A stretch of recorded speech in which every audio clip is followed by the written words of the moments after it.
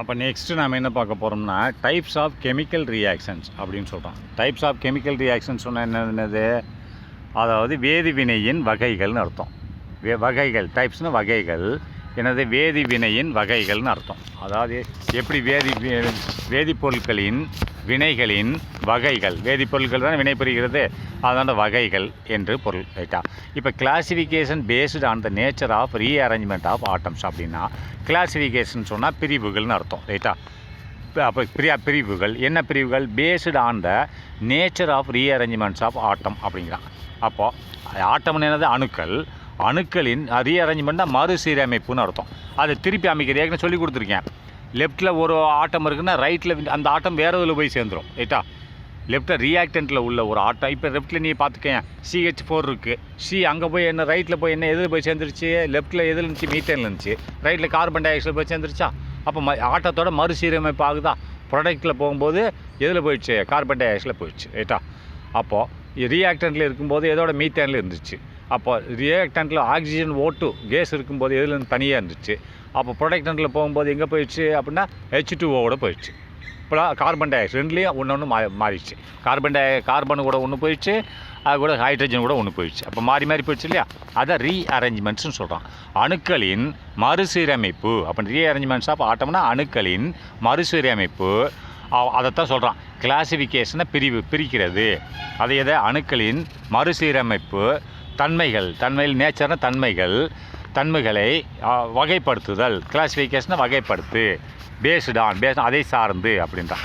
அதாவது கிளாசிஃபிகேஷனை வகைப்படுத்து. எதை சார்ந்து? பேஸ்ட்னா அதை சார்ந்து வகைப்படுத்து பிரின்னு அர்த்தம். அதை கிளாசிஃபிகேஷனை பிரிங்க அப்படிங்கிறான். அல்லது வகைப்படுத்து. பேஸ்ட்னா அதை சார்ந்து. எதை சார்ந்து? ஆன் த நேச்சர்னா அந்த என்ன தன்மை, இதனோட தன்மை nature of rearrangements of atom அப்படின்னா அணுக்களோட மறுசீரமைப்பின் தன்மையை பொறுத்து அதை பிரிங்கள். அது எப்படி மறுசீரமைப்பு பண்ணுது, எங்கே எதில் போய் ஜாயிண்ட் ஆகுது என்பதை பற்றி மறுசீரமைப்பு, அணுக்களின் மறுசீரமைப்பின் தன்மையை பொறுத்து வகைப்படுத்துக அப்படிங்கிறான்.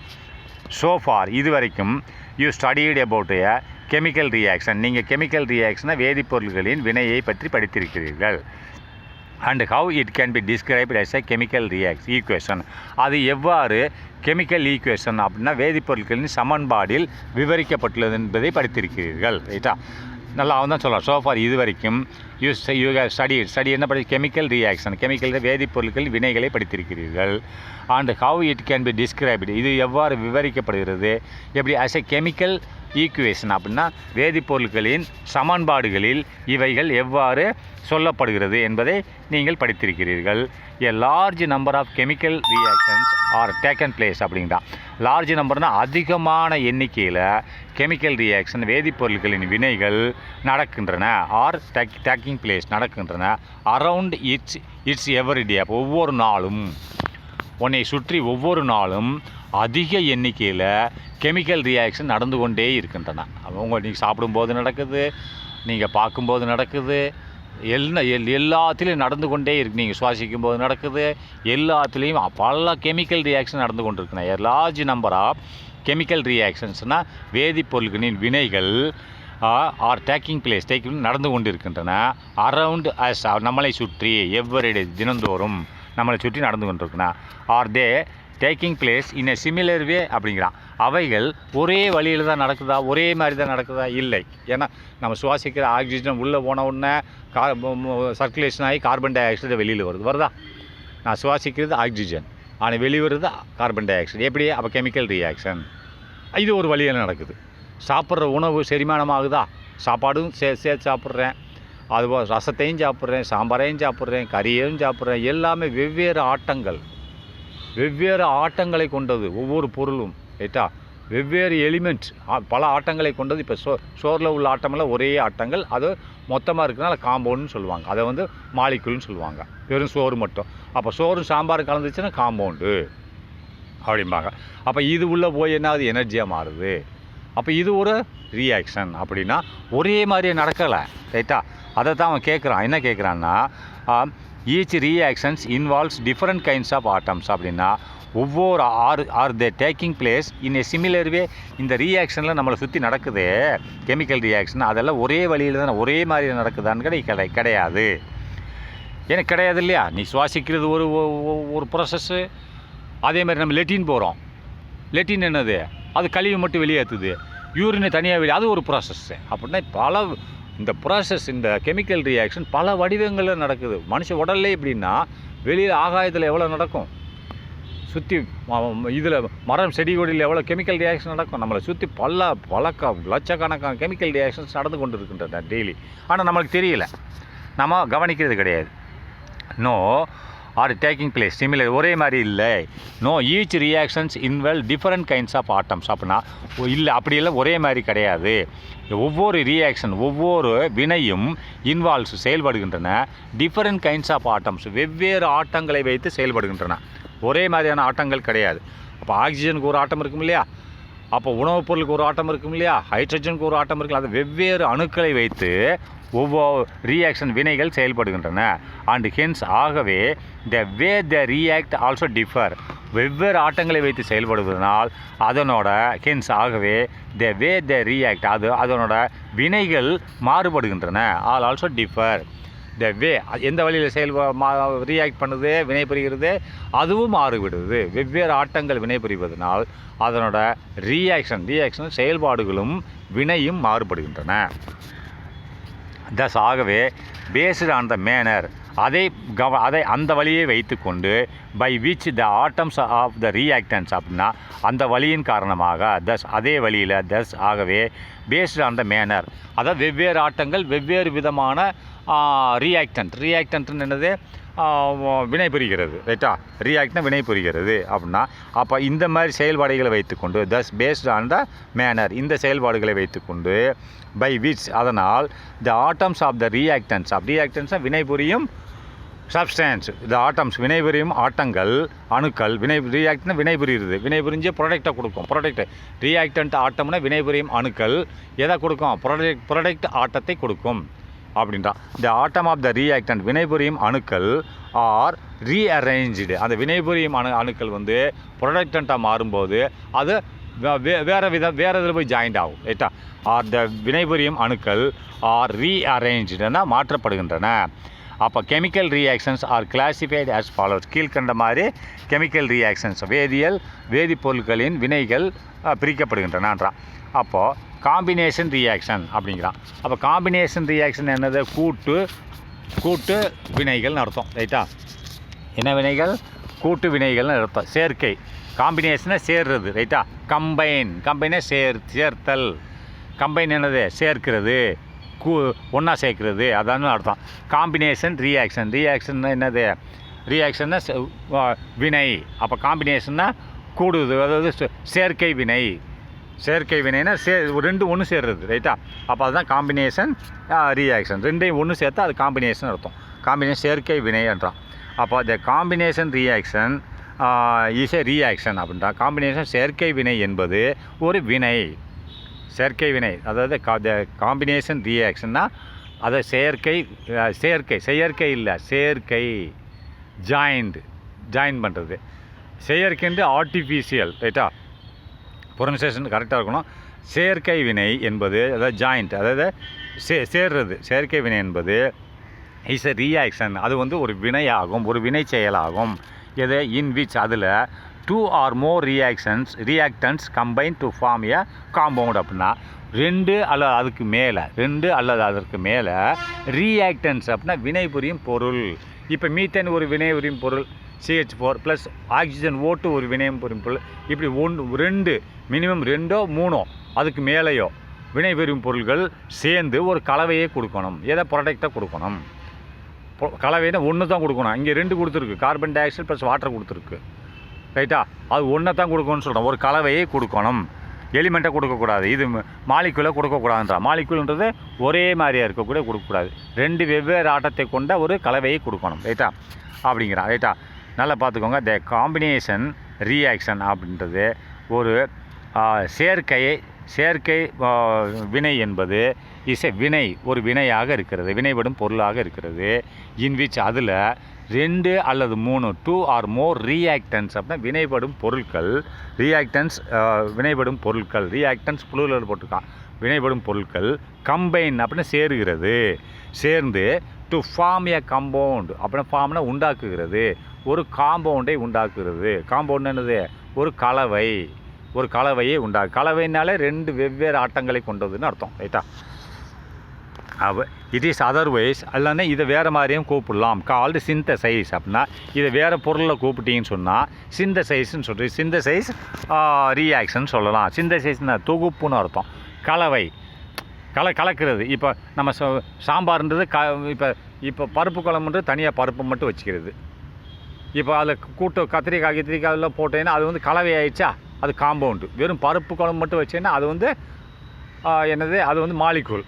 அப்போ ஒரே ஆட்டத்தை கொண்டது. இப்போ சாம்பார் ஒரு ஆட்டம், பருப்பு ஒரு ஆட்டம், கத்திரிக்காய் ஒரு ஆட்டம், உருளைக்கிழங்கு ஒரு ஆட்டம் அப்படின்னா இது ஒரு காம்பவுண்டு, கலவை, வெவ்வேறு ஆட்டங்களை கொண்டது. அப்போ பருப்புன்றது மட்டும் ஒரே ஆட்டத்தை கொண்டது. அப்போ ஒரு பருப்புன்றது ஒரு ஆட்டம், ரெண்டு பருப்புன்றது ரெண்டு ஆட்டம். ரைட்டா? அப்போ பல ஆட்டங்கள் ஒரே இதில் குடும்பத்தை சார்ந்தது மாலிக்யூல். அதுலேயே பல ஆட்டங்கள் இருக்குது, ஆனால் ஒரே குடும்பத்தை சார்ந்தது. ரைட்டா? இப்போ O2 அப்படின்றது ரெண்டு ஆக்சிஜன் ஆட்டத்தை கொண்டிருக்கு. ரைட்டா? அப்போ இது ஒரு மாலிக்யூல். அப்போ H2O அப்படின்றது ஓன்றது ஒரு குடும்பம், ஹெச்ன்றது ஒரு குடும்பம்.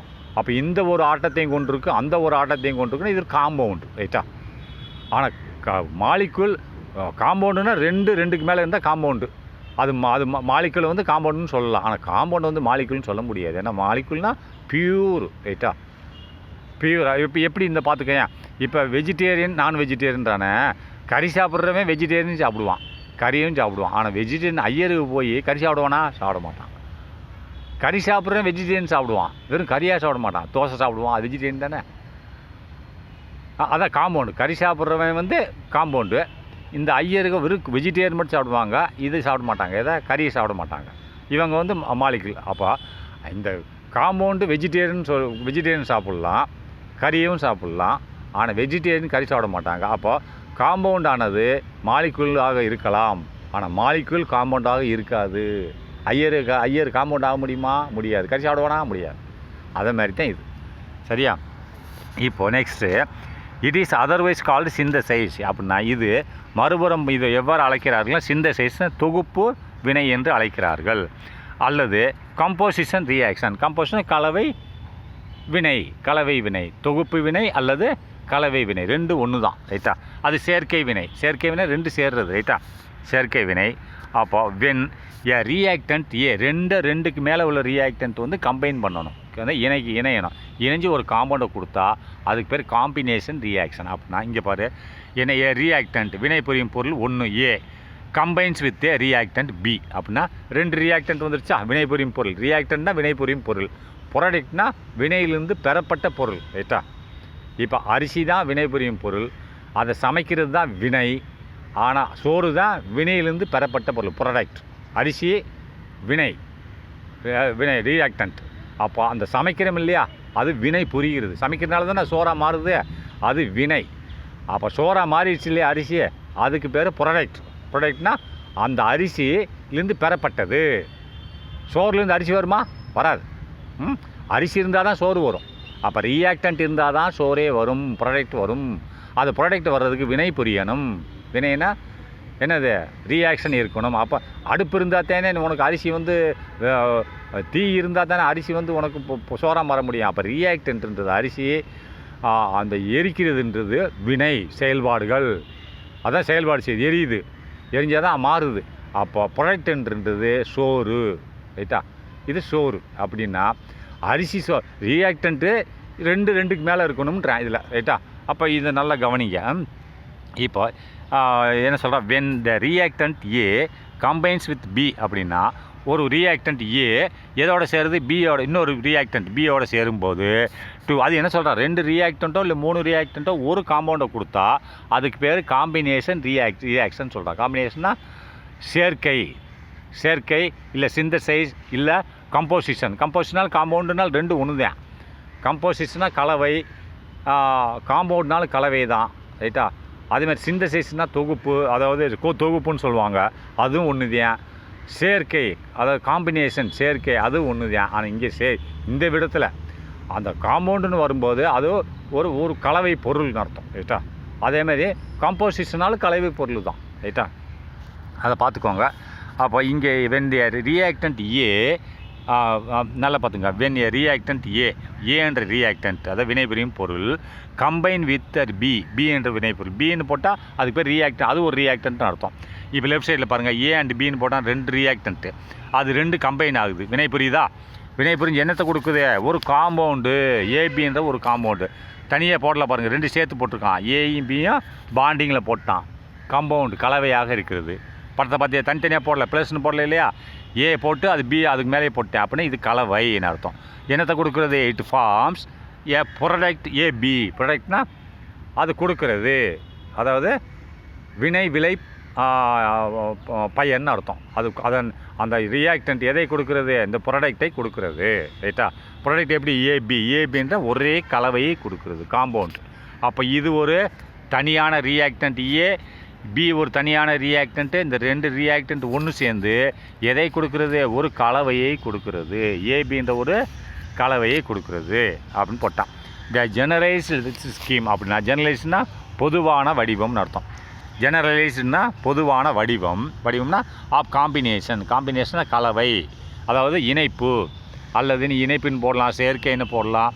த ஜெனரலைஸ்டுனா பொதுவான ஒரு வடிவம், ஸ்கீம்னு வடிவம், ஆஃப் காம்பினேஷன் செயற்கை, ரியாக்ஷன் செயற்கை வினையோட பொதுவான வடிவம் இஸ் கிவன் பிலோ கீழே கொடுக்கப்பட்டுள்ளது. எங்கே? இந்த படத்தில் பார்த்துட்டிங்களா? ஏ ரியாக்டன்ட் தனியாக இருக்குது, ப்ளஸ் சேருது பி ரியாக்டன்ட்டு கூட. அவன் தான் சொல்லியிருக்கான், 2க்கு மேலே போட்ட ரியாக்டன்ட்டோ இணைந்து செயற்கையை உண்டாக்கி ஒரு கலவையை கொடுக்கணும். அது வளர்ச்சி இல்லை என்ன மாதிரிச்சா அடப்பாவையா?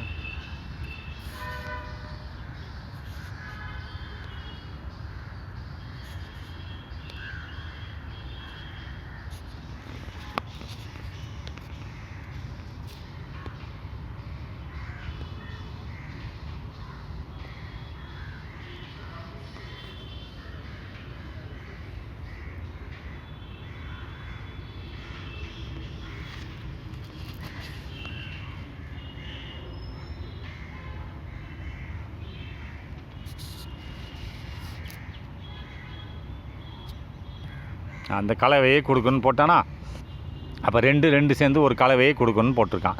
அப்போ உதாரணமாக பாருங்கள், என்ன கொடுத்துருக்கான்னு பாருங்கள். என்ன, அதாவது எக்ஸாம்பிள் உதாரணமாக hydrogen gas combines with the chlorine gas to form a hydrogen chloride gas அப்படிங்கிறான். இப்போ ஹைட்ரஜன் கேஸ் லெஃப்ட் சைடில் போட்டிருக்கானா, ஒரு செகண்ட் இருங்க, இது மாற்றிடுறேன்.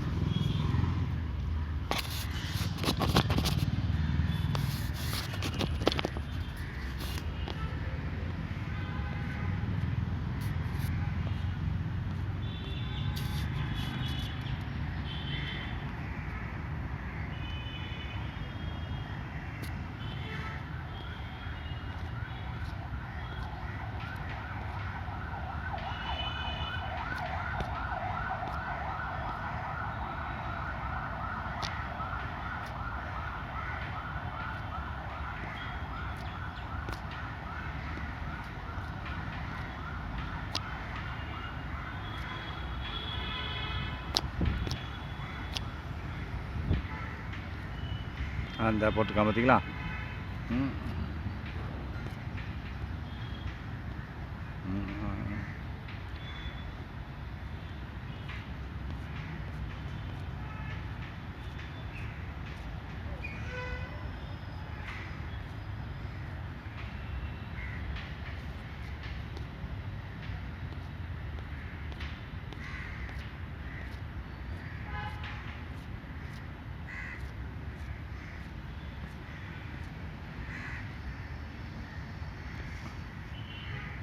பிரேக்கிங் பாண்ட்ஸ் வந்துருச்சா?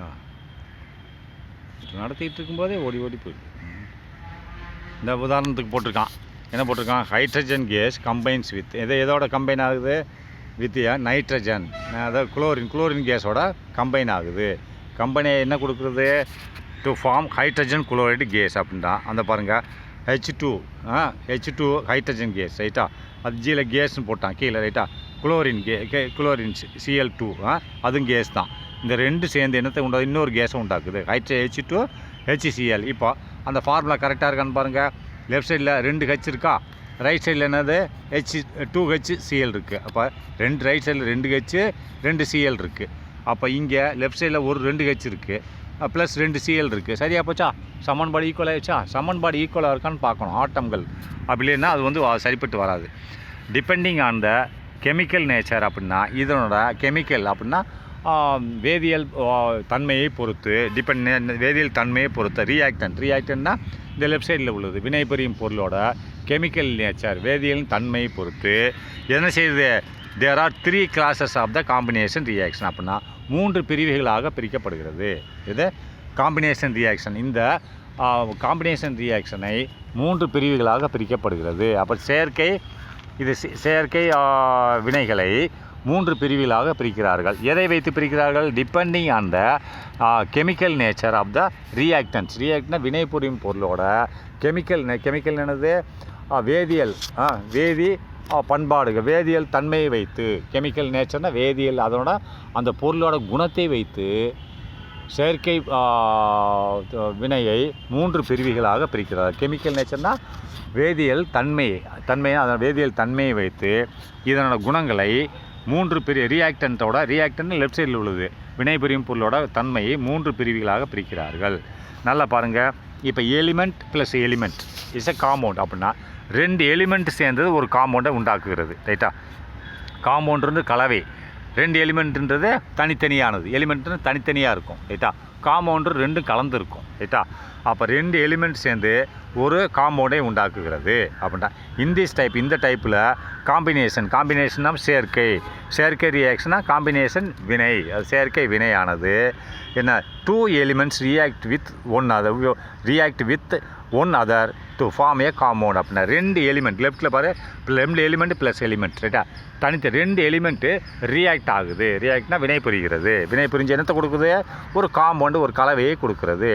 இந்த இந்த வழிமுறையில் காம்பினேஷன் சொன்னால் செயற்கை வினைபுரிதலில் என்ன கொடுக்குது? 2 எலிமெண்ட் 2 எலிமெண்ட் ரியாக்ட்னா வினை புரிகிறது. வித் ஈச் அதர் ஒன்றோடு ஒன்று 2 எலிமெண்ட் வினை புரிஞ்சு எதை கொடுக்குறது? டு ஃபார்ம் ஏ காம்பவுண்டுனா ஒரு கலவையை கொடுக்குறது. அப்போ next the reaction May takes place. இந்த ரியாக்ஷன்னா வினையானது மே டேக் பிளேஸ் நடைபெறுகிறது. என்னது? Between a metal and a நான் மெட்டல் அல்லது 2 நான் மெட்டல். இந்த வினையானது த ரியாக்ஷன் சொன்னால் இந்த வினையானது மே டேக்ஸ் பிளேஸ் நடைபெறுகிறது. எங்கே எதுக்கு நடுவில்? பிட்வீன் எ மெட்டல் ஒரு மெட்டலு அல்லது ஒரு நான் மெட்டல். ஒரு மெட்டலாக இருக்கலாம் இல்லை நான் மெட்டலாக இருக்கலாம் அல்லது 2மே நான் மெட்டலாக இருக்கலாம். ஒரு மெட்டலுக்கும் ஒரு நான் மெட்டலுக்கும் நடுவில் நடக்கும் அல்லது 2மே நான் மெட்டலாக இருக்கலாம். எ மெட்டல் ஆர் நான் மெட்டல் அல்லது ஒரு நான் மெட்டல் ஒரு மெட்டலாக இருக்கலாம் அல்லது நான் மெட்டலாக இருக்கலாம் அல்லது 2மே நான் மெட்டலாகவும் இருக்கலாம். இதுக்குள்ளே நடைபெறுகிறதுன்னு சொல்கிறான். நல்லா திருப்பி படிச்சுப்போங்க. ரியாக்ஷன் இந்த வினையானது டேக்ஸ் பிளேஸ் நடைபெறுகிறது பிட்வீன் நடுவில். எதுக்கு நடுவில்? ஏ மெட்டல் அண்ட் ஏ நான் மெட்டல். ஒரு மெட்டலோ அல்லது ஒன்று மெட்டலாக இருக்கலாம் இன்னொன்று நான் மெட்டலாக இருக்கலாம் எலிமெண்ட்டில். ரைட்டா? ஒரு எலிமெண்ட் மெட்டலாக இருக்கலாம் இன்னொரு எலிமெண்ட்டு நான் மெட்டலாக இருக்கலாம். அப்படி இல்லைன்னா 2மே நான் மெட்டலாக இருக்கலாம் அப்படிங்கிறான். அந்த 2 நான் மெட்டல் 2மே மெட்டலாக இருக்கக்கூடாதுன்றான். ஒரு மெட்டல் ஒரு நான் மெட்டல் அல்லது 2மே நான் மெட்டலாக இருக்கலாம் அப்படிங்கிறான்.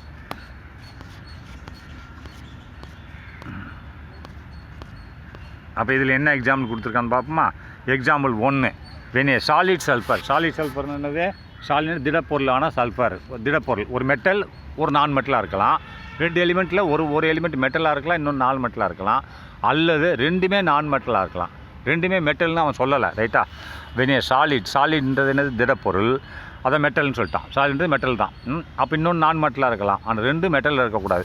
வென் ஏ சாலிட் அப்படின்றது சல்ஃபேர். இப்போ சாலிட்னு திடப்பொருளான சல்ஃபர் வந்து ரியாக்ட்னா வினை புரிகிறது வித் ஆக்சிஜன் நான் மெட்டல். அது மெட்டல் கிடையாது.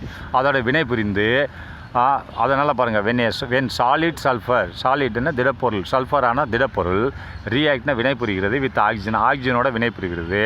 கமா போட்டிருக்கேன். அதுக்கடுத்து it produce sulphur di oxide அப்படின்னா இது என்னத்தை உண்டாக்குறது? அப்போ லெஃப்ட் சைடில் வினை புரிகிறது சல்ஃபர் அண்ட் ஆக்சிஜன். இது ரியாக்டன்ட்டு. அப்போ ரைட் சைடில் உள்ளது என்னது? இது ப்ரொடக்ட்டு. இது ரியாக்டன்ட்னா வினை புரிப்பது. அதன் காரணமாக வருவது அதன் காரணம் வினை புரிஞ்சு வர்றது என்னது? ப்ரொடக்ட். ரைட்டா? அப்போ இட் ப்ரொடியூசர்ஸ் என்ன உண்டாக்குது? சல்ஃபர் டை ஆக்சைடை உண்டாக்குகிறது. Here both the reactants are non metals அப்படின்னா இங்கே 2மே நான் மெட்டல்ன்றான். சாலிட் திடப்பொருள்ன்றான். ஆனால் ரியாக்டன்ட் என்ன சொல்கிறான், ஹியர் சல்ஃபர் நான் மெட்டல்னு சொல்லிட்டான்.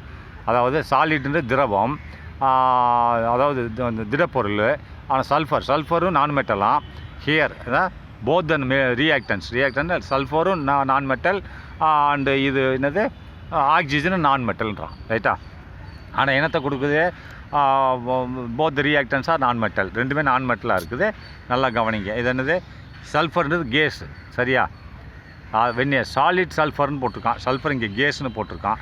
ஆக்சிஜனும் கேஸ்னு போட்டிருக்கான். சாலிடாக இருக்கக்கூடியது அது கேஸு தான் போடுறான். சரி, பார்த்துக்கோங்க. அவன் போடுற மாதிரி போட்டுக்கோங்க. இதை ஓட்டுன்றது கேஸ், ஆக்சிஜன் கேஸு, சல்ஃபரும் கேஸுன்னு கொடுத்துட்டான். அதை சாலிட்னு மேலே கொடுத்துருக்கான். சாலிடு திடப்பொருள்னு அர்த்தம். திடப்பொருள் கேஸு, திடப்பொருள் சல்ஃபர் கேஸாக மாறலாம். சரி, ஓகே. அதுக்கடுத்து நீங்கள் என்ன கிடைக்குதான், சல்ஃபர் டை ஆக்சைடா, sulphur dioxide S2O, O2 அப்படின்னா டைன்னு அர்த்தம். டை ஆக்சைடாக மாறுகிறது. எக்ஸாம்பிள். ரைட்டா? 2 சோடியம் என்பது ஒன்று இருக்கிறது. ரைட்டா? அது என்னது, சல்ஃபர் ஒயிட் மெட்டல். இது மெட்டல் தானே சொன்னான், சாலிடு சொல்ல இல்லையா? அதாவது மெட்டல் நான் மெட்டல் அல்லது 2 நான் மெட்டல் அப்படிங்கிறான். ரைட்டா? அவன் சாலிட்ன்றது உனக்கு நான் மெட்டல் தான் வரும். ரைட்டா? கரெக்ட் தான். அப்போ நெக்ஸ்ட்டு சோடியம்ன்றது எப்படி இருக்குன்னா சில்வரி ஒயிட் அப்படின்னா வெள்ளை கலரில் ஒயிட்டை மின்னக்கூடிய பொருளாக இருக்கிறது. இது சோடியம் இஸ் எ மெட்டல். இது ஒரு metal. Combines with A chlorine கூட கம்பைன் ஆகுது, இணைகிறது அப்படின்னா வினை புரிகிறது. வினை புரிஞ்சு என்ன கிடைக்கிது, ஏ பேல் எல்லோ க்ரீன் கேஸ் அப்படின்னா பேல்னா ஒரு பேல் கலர், எல்லோ கலரில் ஒரு கேஸ், க்ரீன் கலரில் ஒரு கேஸ் கிடைக்கிறது, வாயு கிடைக்கிறது. டு ஃபார்ம்னு உண்டாக்க வேண்டி, சோடியம் குளோரைடை உண்டாக்க வேண்டி இந்த பேல் எல்லோ கேஸ் கிடைக்கிறது அப்படிங்கிறான். அண்ட் எடிபிள் காம்பவுண்ட் அப்படின்றான். அந்த எடிபிள் காம்பவுண்ட்னா நம்ம சாப்பிடக்கூடிய ஒரு காம்பவுண்ட் அர்த்தம். ரைட்டா? காம்பவுண்டை உண்டாக்குறதுன்றான். And here one of the reactants is a metal. அப்போ இதில் 2 ரியாக்டன்ட்டில் வினைபுரியும் பொருளில் ஒன்று மெட்டல், அது என்ன சோடியம் மெட்டலாம். அண்ட் த அதர் என்னது குளோரின் இஸ் எ நான் மெட்டல். அதை ஒன்று மெட்டல் நான் மெட்டல்ன்றான். வேறு அவன் கேஸ்ன்னு கேட்கல. ரைட்டா? அப்போ குளோரின் நான் மெட்டல், சோடியம் மெட்டல். என்ன கூட சோடியம் குளோரைடு கொடுக்குது அப்படிங்கிறான். ரைட்டா? அதுதான் போட்டிருக்கேன். நல்லா திரும்பி படிச்சுக்கிறேன், பார்த்துக்கோங்க. சோடியம் என்பது மெட்டல். சில்வர் எப்படி இருக்குன்னா சில்வரி மெட்டல். கம்பைன்ஸ் வித் எதோட கம்பைன் ஆகுது, லெஃப்ட் சைடு லெஃப்ட்டில் போட்டுக்கோங்க, குளோரினோட இணைகிறது. இணைந்தால் வினை புரிகிறது. வினை புரிஞ்சு பேல் எல்லோ க்ரீன் கேஸ் வருகிறது. எதற்காண்டி வருகிறது இந்த pale yellow green gas? To form sodium குளோரைடை உண்டாக்க வேண்டி ஒரு பேல் கலரில் எல்லோ கலரில் உள்ள ஒரு க்ரீன் கேஸ் வெளியே வருகிறது. அது வெளியே எதுக்கு வருகிறது, டு ஃபார்ம் உண்டாக்க வேண்டி, சோடியம் குளோரைடை உண்டாக்க வேண்டி அது க்ரீன் கலரில் உள்ள ஒரு கேஸ் வெளியே வருகிறது. அப்போ சோடியம் குளோரைடு ஃபார்ம் ஆகுது. ஏன் எடிபிள் காம்பவுண்ட் அப்படின்னா இது உண்ணக்கூடிய ஒரு எடிபிள்னால் சாப்பிடக்கூடிய ஒரு கலவை ஆகும் சோடியம் குளோரைடு என்பது அப்படிங்கிறான். Here one of the reactant is a metal. இங்கே இந்த ரியாக்டன்ஸ் வினைபுரியும் பொருளில் ஒன்று மெட்டல் அண்ட் இன்னொன்று நான் மெட்டல். மெட்டல்னு சோடியம், நான் மெட்டல் குளோரின். ரைட்டா? நீங்களாம உங்களை செக் பண்ணிக்கோங்கன்றான். டெஸ்ட் யுவர் செல்ஃப்னு நீங்கள் செக் பண்ணிக்கோங்கன்றான். எனத்தை ஐடென்டிஃபைன்னு கண்டுபிடிங்க. த possible combination reactions between the metals and நான் மெட்டல்ஸ் அப்படின்னா இந்த மெட்டலுக்கும் நான் மெட்டலுக்கும் நடுவில் எவ்வளோ தூரத்துக்கு பாசிபிள் முடியுமோ, பாசிபிள்னா முடியும். காம்பினேஷன்னா ஒரு செயற்கை ரியாக்ஷன் சொன்னால் செயற்கை வினை மெட்டலுக்கும் நான் மெட்டலுக்கும் நடுவில் நீங்கள் கண்டுபிடிங்கன்றான். கீழே கொடுத்துருக்கான் லெஃப்ட் சைடில் மெட்டலும் நான் மெட்டலும் இணைஞ்சா என்ன கிடைக்கும் நீங்கள் கண்டுபிடிங்கன்றான். இந்த ஃபாலோவிங் டேபிள், கீழ்கண்ட டேபிளில் கொடுக்கப்பட்ட மெட்டல் நான் மெட்டலில் ரெண்டையுமே கலந்து என்ன கிடைக்குதுன்னு நீங்கள் கண்டுபிடிங்கன்னு சொல்கிறான். And right that balanced chemical equation அப்படின்னா எழுதுங்க அப்படின்னா. பேலன்ஸ்னால் சமன்படுத்தப்பட்ட கெமிக்கல் ஈக்குவேஷன் சொன்னால் வேதிப்பொருட்களின் சமன்படுத்தப்பட்ட வேதிப்பொருட்களின் சமன்பாடுகளை எழுதுகன்றான். ரைட்டா? அடுத்து compound plus element. Element plus element compound கிடச்சிச்சா. இப்போ என்ன சொல்கிறான், ஒரு கலவை ஒரு எலிமெண்ட் ப்ளஸ் ஒரு காம்பவுண்டு கிடைக்குதுன்றான். அப்போ இது எப்படின்னு பார்ப்போம். ஒரு கலவை ப்ளஸ் தனியாக உள்ள ஒரு எலிமெண்ட் ரெண்டும் சேர்ந்து ஒரு காம்பவுண்டு கொடுத்துட்றான். இது எப்படின்னு பார்ப்போம். In this case a compound react with an element. ரைட்டா? இந்த லெஃப்ட் சைடில் காம்பவுண்டு. ரைட்டா? இந்த காம்பவுண்டு ரியாக்ட் வித் எலிமெண்ட். இந்த லெஃப்ட் சைடில் உள்ளது காம்பவுண்டு. இருங்க வரேன்.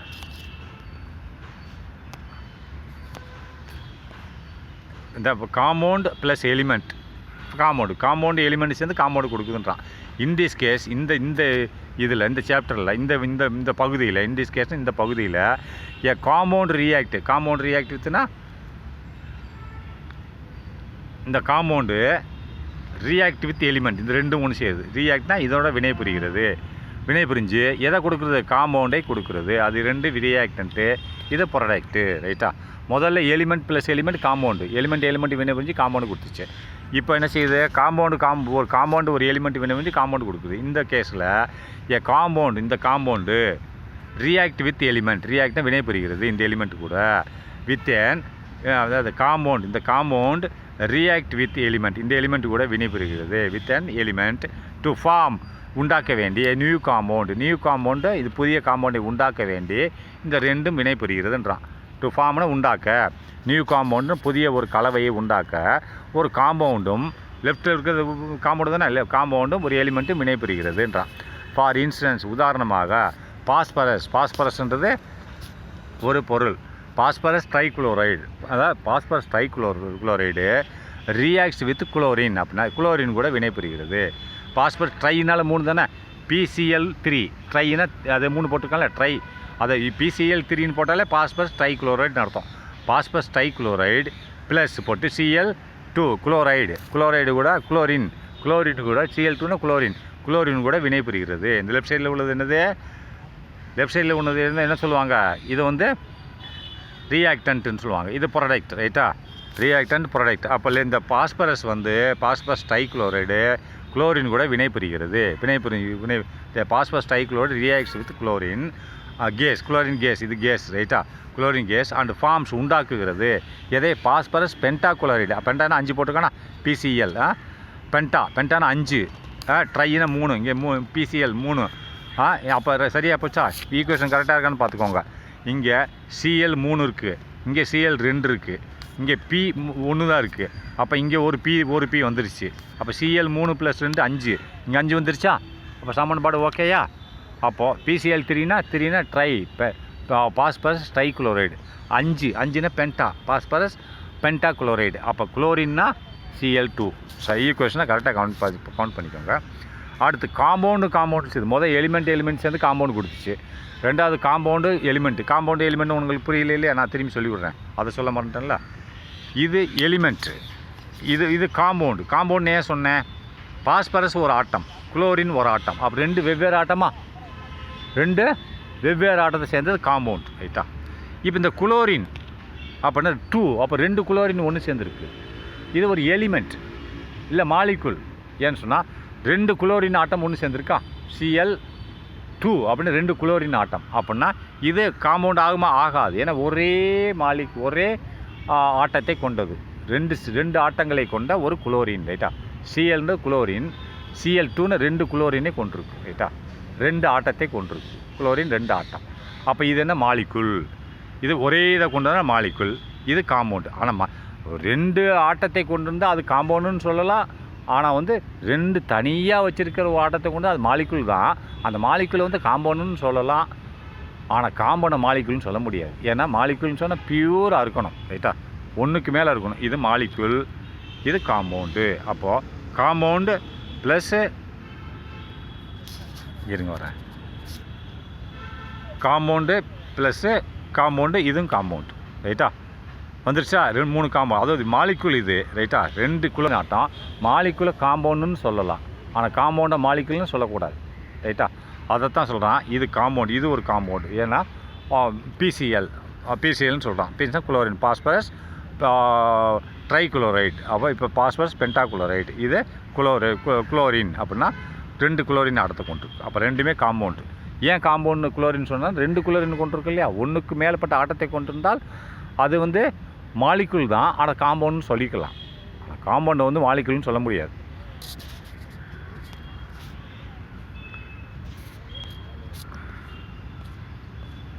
இப்போது இந்த compound plus element equal to compound, இதை நம்ம முடிச்சிட்டோம். ரைட்டா? PCl3 + PCl4. இப்போ இதுலேயும் நான் உங்களுக்கு சொல்ல மறந்துட்டேன் இல்லையா? இதை இது காம்பவுண்டு தானே, ஏன்னா இது பாஸ்பரஸ் ஆட்டம், இது குளோரின் ஆட்டம், இது ஒரு காம்பவுண்டு. அப்போ இதை வந்து என்ன சொல்கிறான்னா காம்பவுண்ட் ப்ளஸ் எலிமெண்ட்னா குளோரின் எலிமெண்ட்னா இது வந்து என்னது, இது ஒரு எலிமெண்ட்டுன்னு சொல்லலாம், நீ மாலிகுல்னு சொல்லலாம், காம்பவுண்டுன்னு சொல்லலாம். ஆனால் எலிமெண்ட்டுன்னு வச்சுக்கிறோமே, இந்த ஒரு எலிமெண்ட்டு சேர்ந்து பாஸ்பரஸ் பென்டாகுளோரைடு கிடைக்குது. ரைட்டா, இதை முடிச்சிட்டோம் இல்லையா? Compound plus element plus compound இது கிடைக்குது. ரைட்டா, அடுத்து காம்பவுண்ட் ப்ளஸ் காம்பவுண்ட் அப்படின்னு வரும்போது இது எலிமெண்ட்டு. ரைட்டா, குளோரின்றது எலிமெண்ட், 2 குளோரின் கொண்டுள்ளது. ரைட்டா, அப்போ இது எலிமெண்ட்டுன்னு சொல்லிட்டான், அது காம்பவுண்டுன்னு சொல்லலாங்க. ரைட்டா, அடுத்து காம்பவுண்ட் ப்ளஸ் காம்பவுண்ட்னா 2 வெவ்வேறு மாலிகுலை கொண்டது. அதனால தான் நான் உங்களுக்கு புரியும்படியே சொல்லலை, அதனால் நீங்கள் புரிஞ்சுக்கோங்க. ஒரே இதாக இருந்தால் அது காம்பவுண்ட் கிடையாது, 2 வெவ்வேறு மாலிகுலை கொண்டதான் காம்பவுண்டு. இப்போ காம்பவுண்ட் ப்ளஸ் காம்பவுண்ட் அப்படிங்கிறான். அப்போ it is the reaction between 2 compound. அப்படி இந்த 2 காம்பவுண்ட் நடுவில் வினை புரிகிறது. இட் இஸ் அ ரியாக்ஷன் தான், வினை நடக்கிறது. பிட்வீன் 2 காம்பவுண்ட், அப்போ 2 கலவைகளுக்கு நடுவில் வினை நடக்கிறது. எதற்கு? To form a new compound, புதிய ஒரு காம்பவுண்டை உண்டாக்க வேண்டி. இந்த ஃபாலோவிங் ரியாக்ஷன், கீழ்கண்ட வினையில் புதிய காம்பவுண்டை உண்டாக்க வேண்டி இந்த 2 காம்பவுண்டும் வினை பெறுகிறது. இட் இஸ் எ ரியாக்ஷனாக இது ஒரு வினை. பிட்வீன் எதற்கு நடுவில் வினை? பிட்வீன் 2 காம்பவுண்ட்ஸ், இரு காம்பவுண்டுக்கு நடுவில் உள்ள வினை புரிகிறதுன்னு அர்த்தம். To form a new compound, ஒரு புதிய காம்பவுண்டை உண்டாக்க வேண்டி. அப்போ இந்த ஃபாலோவிங் ரியாக்ஷன், இந்த கீழ்கண்ட ரியாக்ஷன், இந்த சமன்பாட்டில் சிலிக்கான் டை ஆக்சைடு. அப்போ சிலிக்கான் டை ஆக்சைடுனா இது வந்து ஒரு காம்பவுண்ட், சிலிக்கான் வேறு ஆட்டம், ஆக்சைடு வேறு ஆட்டம், சரிங்களா? அப்போ 2மே வெவ்வேறானது, இது ஒரு compound. Silicon di oxide reacts with calcium oxide. அப்போ கால்சியம் வேறு ஆட்டம், ஆக்சைடு வேறு ஆட்டம். ரைட்டா, அப்போ இது ஒரு காம்பவுண்டு. அப்போ இது 2 வினை புரிகிறது. வினை புரிஞ்சு என்ன கிடைக்குது? டு ஃபார்ம் கால்சியம் சிலிக்கேட் கிடைக்குது. சிஎன கால்சியம் சிலிக்கேட்னு SiO3ன்னு அர்த்தம். கேட்டுனால 3ன்னு அர்த்தம். ரைட்டா, சிலிக்கேட் கிடைக்குது. ரைட்டா, அப்போது இது என்னது? Silicon di oxide. ரைட்டா, சிலிக்கான் டை ஆக்சைடு. அதனால் இப்போ சிலிக்கான் டை ஆக்சைடு எதோட கால்சியம் ஆக்சைடோட வினை புரிந்து என்ன கிடைக்குது? கால்சியம் சிலிக்காட் கிடைக்குது. இந்த ஃபார்முலா எப்படி இருக்கும் பார்த்து, SI இங்கே 1 இருக்கா, இங்கே SI 1 வந்துருச்சா, அடுத்து O2 இங்கே இருக்கா, இங்கே ஒரு O, இது 5 இருக்கா, இங்கே ஒரு O இருக்கா, இங்கே O2, இங்கே ஒரு O, 3 O இருக்கா, இங்கே 3 O வந்துருச்சா. ரைட்டு, CA இங்கே 1 இருக்கா, இங்கே ஒரு CA வந்துருச்சா. சமன்பாடு சரியாயிடுச்சா? அடுத்து most of the combination reactions. அப்போ மோஸ்ட் ஆஃப் த காம்பினேஷன் ரியாக்ஷன்ஸ்னால் காம்பினேஷன் என்னது? இந்த செயற்கை வினைன்னு அர்த்தம்.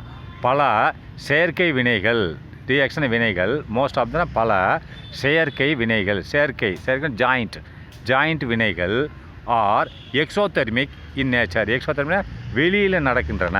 எக்ஸோதெர்மிக்ஸ்னா வெளியில் நடக்கின்றன. எண்டோதெர்மிக்னா உள்ள. இவைகள் அனைத்தும் இயற்கையிலே வெளியில் நடக்கும் தன்மையை கொண்டுள்ளது. எக்ஸோதெர்மிக், எண்டோனா உள்ள, இது எக்ஸோதெர்மிக் வெளியில் நடக்கும் செயல்பாடுகள் ஆகும். எக்ஸோதெர்மிக் இன் நேச்சர்னா இயற்கையிலேயும் இவைகள் அனைத்தும் வெளியில் நடக்கின்றன அப்படின்றான். பிகாஸ் ஏனென்றால் the involve the formation of new bond. அப்படின்னா ஏனென்றால் அவைகள் நடைமுறைப்படுத்துகின்றன. த இன்வால்வ்னா செயல்படுகின்றன. எதற்கு? The formation of new bonds அப்படின்னா புதிய இணைப்பை உண்டாக்குவதற்கு அவைகள் செயல்படுகின்றன. அதனால் வெளியில் நடக்கின்றனன்றான். Which releases a huge amount of energy. அப்படின்னா இது ரிலீசஸ்னால் வெளியிடுகிறது. ஏன்னா நல்லா பார்த்துக்கோங்க, அதாவது அப்சார்வ் அப்படின்னு என்னது? பிரியுதுன்னு அர்த்தம். ஒரு காம்பவுண்டு பிரியும் போது எனர்ஜியை அப்சார்வ் பண்ணும். ஏன்னா பிரிகிறதுக்கு எனர்ஜி தேவை. ஆனால் சேர்றதுக்கு எனர்ஜியை வெளியிடலாம். பிரியும் போது எனர்ஜியை இழுக்கும், சேரும்போது எனர்ஜியை வெளியிடும். எதிர்ப்பதம். ஒரு காம்பவுண்டு 2 எலிமெண்ட்டாக பிரியும். ஒரு காம்பவுண்டு 2 எலிமெண்ட்டாக பிரியும் போது எனர்ஜியை இழுக்கும், பிரிவதற்கு எனர்ஜி தேவைப்படும். ஆனால் 2 எலிமெண்ட் ஒன்று சேரும்போது எனர்ஜியை வெளியிடும். ஏன்னா இதுலேயும் எனர்ஜி அதிகமாக இருக்கும், அதுலேயும் எனர்ஜி அதிகமாக இருக்கும். ஒன்று சேரும்போது அதிகமான எனர்ஜி வந்துருமுன்ட்டு வெளியே தள்ளிடும். ரைட்டா, அதாவது ஒரு காம்பவுண்டு 2ஆக பிரிவதற்கு எனர்ஜி தேவைப்படுகிறது. அதனால் அப்சார்வ் பண்ணும், இழுக்கும். அதேமாதிரி 2 எலிமெண்ட்டு ஒன்று சேரும்போது எனர்ஜியை வெளியிடும். அதுதான் போட்டுங்க. இப்போ ஒன்று சேருது. ரைட்டா, which releases the huge amount of energy in the form of heat. அப்படின்னா இது அதிகமான எனர்ஜி, ரெண்டு ஒன்று சேருது இல்லையா, ரியாக்டன்ட்டு. அப்போ ஒன்று சேர்றதுனால இது அதிகமான அளவுள்ள எனர்ஜியை வெளியேற்றுறதுனால ஹியூஜ் அமௌண்ட் ஆஃப் எனர்ஜி இந்த ஃபார்ம் ஆஃப் ஹீட், அப்படின்னா வெப்ப வடிவத்தில் அதிகமான ஆற்றலை வெளியேற்றுகின்றன அப்படிங்கிறாங்க.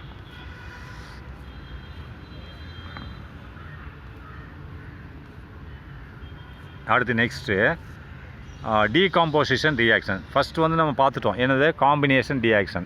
இதுக்கு எதிர்படம் தான் டீகாம்போசிஷன். இது ரெண்டு இணையுது, இது சிதையும், இது பிரியும். இது ஒரு காம்பவுண்டு பிரியும், ரெண்டாக பிரியும். இப்போ ஃபஸ்ட்டு ரெண்டு எலிமெண்ட் ஒன்று சேர்ந்துச்சு, ஒரு காம்பவுண்டு கொடுத்துச்சு.